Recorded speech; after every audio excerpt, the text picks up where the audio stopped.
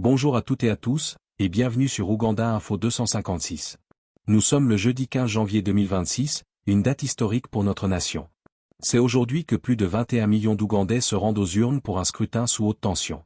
Un duel de génération qui oppose le président sortant, Yoweri Museveni, en quête d'un nouveau mandat après 40 ans de pouvoir, à son principal adversaire, Bobi Wine. Mais ce matin, l'heure est à l'incertitude. Entre panne technique massive des kits biométriques, retard dans les bureaux de vote et coupure d'Internet, le processus électoral est déjà lourdement perturbé.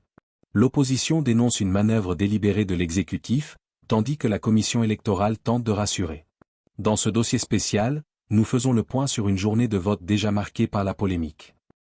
Tension électorale en Ouganda, entre panne technique et accusation de sabotage. Le climat est électrique en Ouganda ce jeudi 15 janvier 2026. Alors que près de 21,7 millions d'électeurs sont appelés aux urnes pour élire leur prochain président et leurs députés, le scrutin est marqué par d'importants revers logistiques. Ce duel au sommet, qui oppose le président sortant Yoweri Museveni, au pouvoir depuis 1986, à la figure de proue de l'opposition, Bobi Wine, se déroule dans une atmosphère de méfiance généralisée. Un scrutin paralysé par la technologie.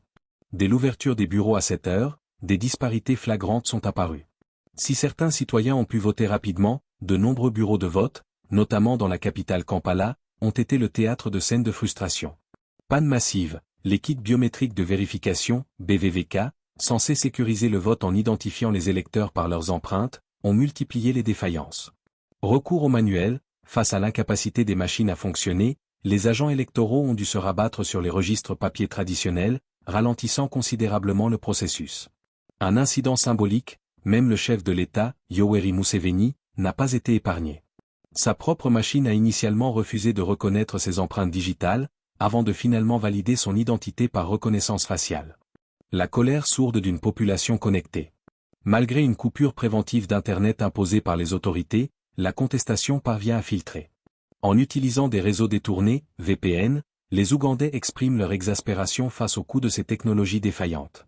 Imaginez l'argent des contribuables gaspillé pour des kits qui ne fonctionnent pas le jour J, s'insurge un internaute, reflétant un sentiment de gâchis financier et démocratique.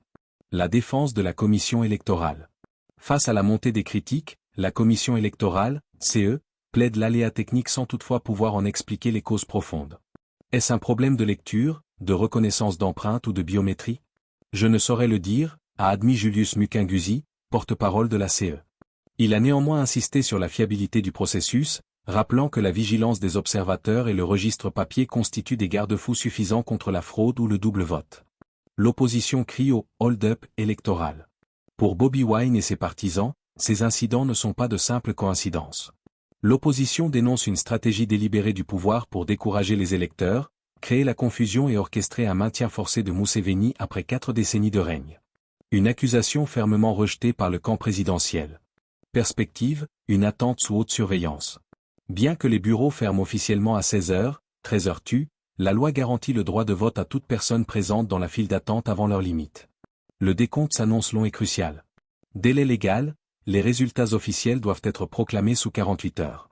Enjeu, la capacité du pays à maintenir le calme lors de l'annonce des scores, alors que la légitimité du processus est déjà entachée par ces incidents techniques.